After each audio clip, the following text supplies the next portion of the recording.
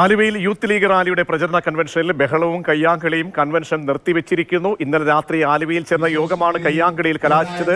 V K Ibrahim കുഞ്ഞ് വിഭാഗവും അഹമ്മദ് കബീർ വിഭാഗവും തമ്മിലാണ് കയ്യാങ്കളി ഉണ്ടായത്. ദൃശ്യങ്ങളിലേക്ക് ആദ്യം.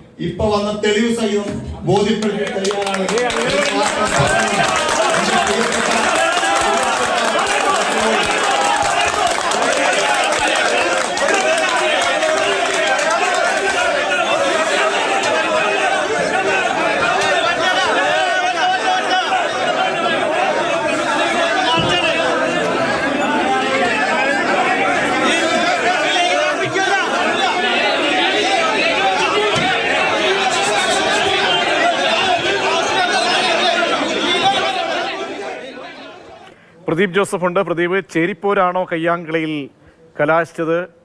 എന്താണ് സംഭവിച്ചത്? ആലുവയിലെ ഹോട്ടലിൽ ചേർന്ന യോഗമാണ് കയ്യാങ്കളിയിൽ കലാശിച്ചത്. യൂത്ത് ലീഗിലെ ഇരു വിഭാഗങ്ങൾ തമ്മിലായിരുന്നു കയ്യാങ്കളിയും ബഹളവും ഒക്കെ.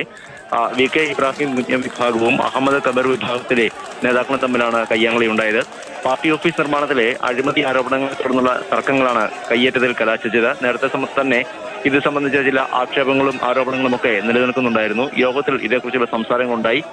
തുടർന്നാണ് യോഗം കയ്യാങ്കളിയിലേക്ക് പോയത്. കയ്യാങ്കളി തുടങ്ങിയതോടെ നേതാക്കൾ ചേർന്ന് യോഗം പിരിച്ചുവിടുകയായിരുന്നു. അതേസമയം പാർട്ടി നിരീക്ഷകന്റെയും സംസ്ഥാന ഭാരവാഹികളുടെയും സാന്നിധ്യത്തിലാണ് ഇത്തരത്തിലുള്ള ഒരു കയ്യാങ്കളി ഉണ്ടായതെന്നതാണ് ശ്രദ്ധേയമായ കാര്യം. മൈക്ക് തട്ടി തെറിപ്പിക്കുന്നത് അടക്കമുള്ള കാര്യങ്ങൾ ഉണ്ടായി.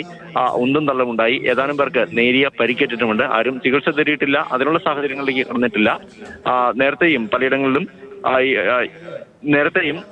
യൂത്ത് ലീഗ് റാലിയുടെ പ്രചാരണ കൺവെൻഷനിൽ പലയിടങ്ങളിലും ബഹളവും മറ്റും ഉണ്ടായിരുന്നു.